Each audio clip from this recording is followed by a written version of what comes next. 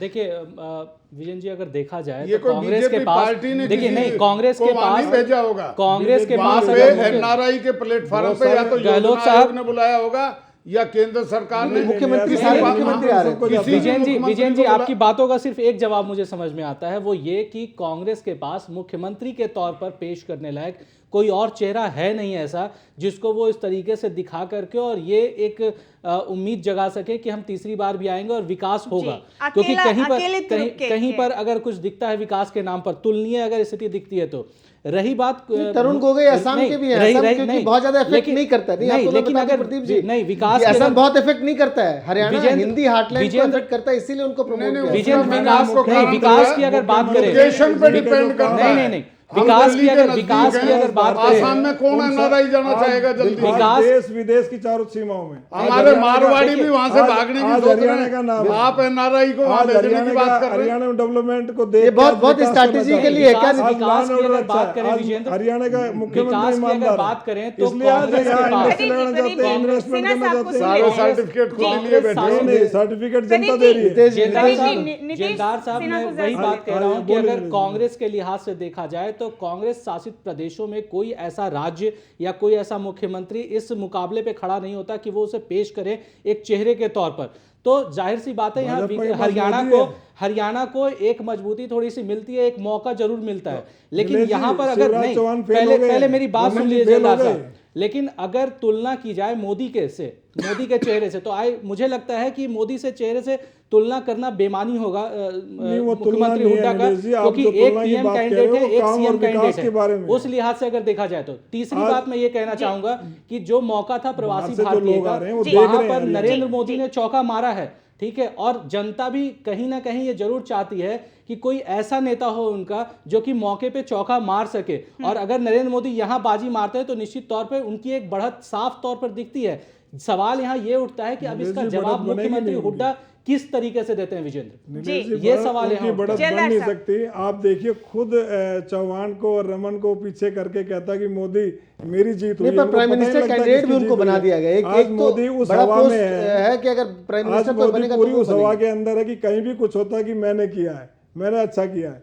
तो आप आज आपने कहा कि भाई वहां तीसरी बार जीत गई है, देखो मध्य प्रदेश के अंदर, आज हरियाणा में तीसरी बार हम जीत के आएंगे।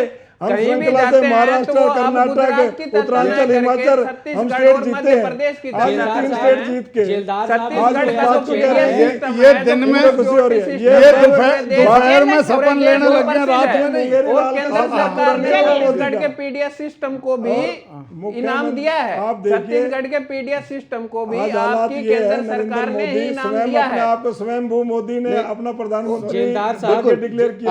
आपने सही बोला जेलदार जी, आप सही बोल रहे हैं कि मुंगेरी लाल के सपने हो सकते हैं, पर आपके पास रोकने के लिए ताकत कहाँ है? यहाँ तो आम आदमी पार्टी ज्यादा ताकतवर नजर आती है। आरएसएस ने भी कहा है कि भाजपा को खुद कहा कि जो जीत है उस जीत के चक्कर में मत पड़ो, क्योंकि इससे पहले 4-5 स्टेटों में कांग्रेस जीत के आई है। नहीं, ये प्रवासी भारतीयों के लिए ठीक है, पर हुड्डा जी का चेहरा आप अगर वो हमारे मुख्यमंत्री की बराबरी कर ले, प्रधानमंत्री की दावेदारी छोड़ दे।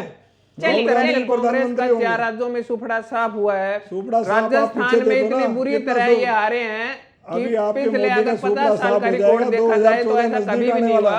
मध्य प्रदेश में भी बहुत ही बुरी तरह हारे हैं, छत्तीसगढ़ में थोड़ा सा बराबरी का आंकड़ा रहा। और अगर मैं दिल्ली की बात करूं तो दिल्ली में पार्टी मुद्दे पर आते हैं। संदीप यादव जी, मुद्दे पर आते हैं। नितेश सिन्हा जी, वक्त बहुत कम है, जाते जाते आपसे ये जानना चाहेंगे हम, और बाकी सबसे भी मेरा यही सवाल होगा कि आज जो प्रवासी भारतीय सम्मेलन था उसके दौरान अगर एनआरआईज को लुभाने की बात हो, मतलब बिजनेस या कमर्शियल पॉइंट ऑफ व्यू से देखें तो भी, और इस पूरे मामले को अगर सियासी तराजू में तौल कर देखें तब भी, कौन भारी पड़ा, मुख्यमंत्री हुड्डा या फिर गुजरात के मुख्यमंत्री नरेंद्र मोदी? देखिए मेरे हिसाब से मुझे ये लगता है कि मुख्यमंत्री हुड्डा को एक बेनिफिट यहाँ सिर्फ इसलिए मिलता है क्योंकि हरियाणा नंबर 1 की दौड़ में दूसरे या पहले की जंग में लड़ता नजर आता है, और कांग्रेस शायद यही मौका भुनाना चाहती है, इसलिए मुख्यमंत्री हुड्डा को आगे पेश करती है क्योंकि उनके पास दूसरा चेहरा यहाँ नहीं दिखता। लेकिन नरेंद्र मोदी की बात की जाए तो नरेंद्र मोदी ओवरऑल भारी पड़ते हैं। जी मनोज यादव जी, आप क्या कहेंगे? संदीप यादव, माफ कीजिएगा संदीप यादव जी, आप क्या कहेंगे, आज इस पूरे सम्मेलन के दौरान कौन किस पर भारी पड़ता हुआ नजर आया?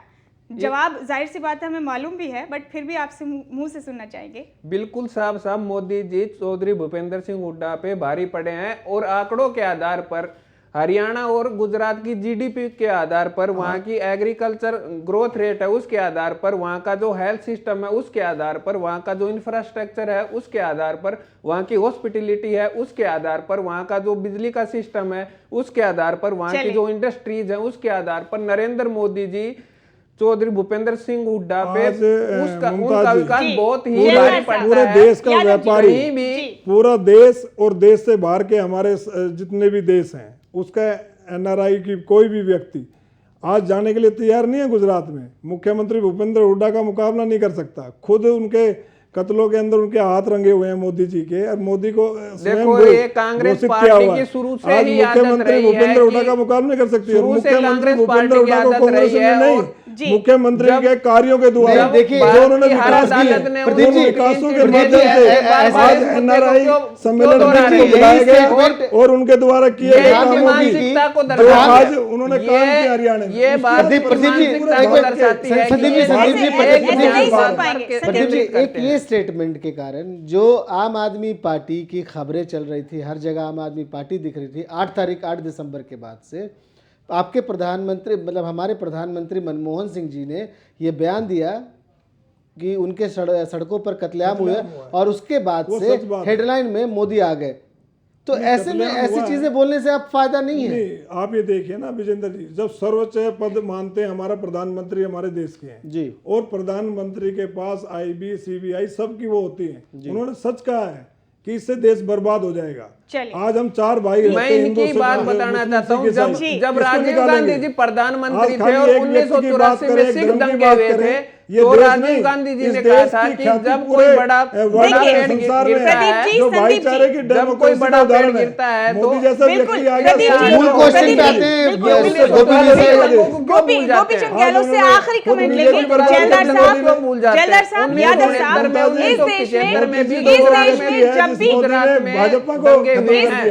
इस देश में जब भी किसी सियासी नेता या सियासी पार्टी ने आम लोगों के साथ कुछ भी कभी भी गलत किया है तो उसे सालों तक उसका खामियाजा भुगतना पड़ा है। तो ये तो हम वक्त पर छोड़ देते हैं गोपीचंद गहलोत साहब, और वो चाहे कांग्रेस की बात हो या फिर बीजेपी की या नरेंद्र मोदी की या फिर राजीव गांधी की, आज भी राजीव गांधी की निंदा होती है उन बयानों को लेकर, उन तमाम चीजों को लेकर। गोपीचंद गहलोत साहब, वही सवाल मेरा आपसे कि आज के इस सेमिनार में कौन किस पर हावी होता हुआ नजर आया आपको? जहां तक मैंने पहले ही आपको कहा कि व्यक्ति का अगर हम तुलना करेंगे तो मोदी जी के मुकाबले में हुड्डा साहब का व्यक्तित्व तो कहीं नहीं टिकता।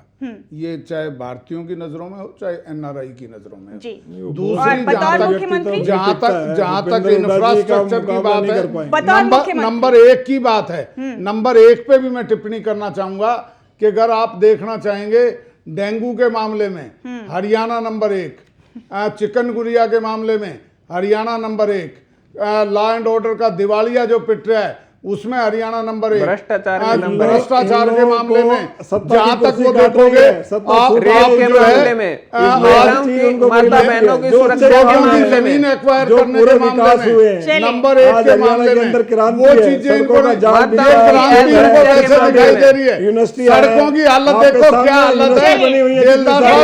अपने मुंह मियां मिट्टू बनने से कोई बात नहीं, मिट्टू बनने से नहीं। ये जब अपनी इस खास चर्चा में अपनी खास चर्चा में हमने बात की इस मुद्दे पर सम्मेलन में कौन किस पर हावी रहा। अलग अलग लोगों के अलग अलग वर्जन थे जी, अलग अलग लोगों के अलग अलग वर्जन थे, अलग अलग राय थी अलग अलग पार्टियों की कि आज इस प्रवासी भारतीय सम्मेलन में मुख्यमंत्री भूपेंद्र सिंह हुड्डा या फिर गुजरात के मुख्यमंत्री नरेंद्र सिंह मोदी, दोनों में से कौन किस पर हावी रहा। लेकिन सभी अपनी अपनी बात करते हैं यहाँ पर। बहरहाल ये सियासत का उसूल है, ये सियासत की रिवायत है, ये चलती रही हैं, चलती रहेंगी। फिलहाल हमारे इस खास पेशकश में इतना ही। मुझे दीजिए इजाजत, लेकिन तमाम अहम और ताज़ा तरीन खबरों के लिए आप देखते रहिए खबरें अभी तक। नमस्कार।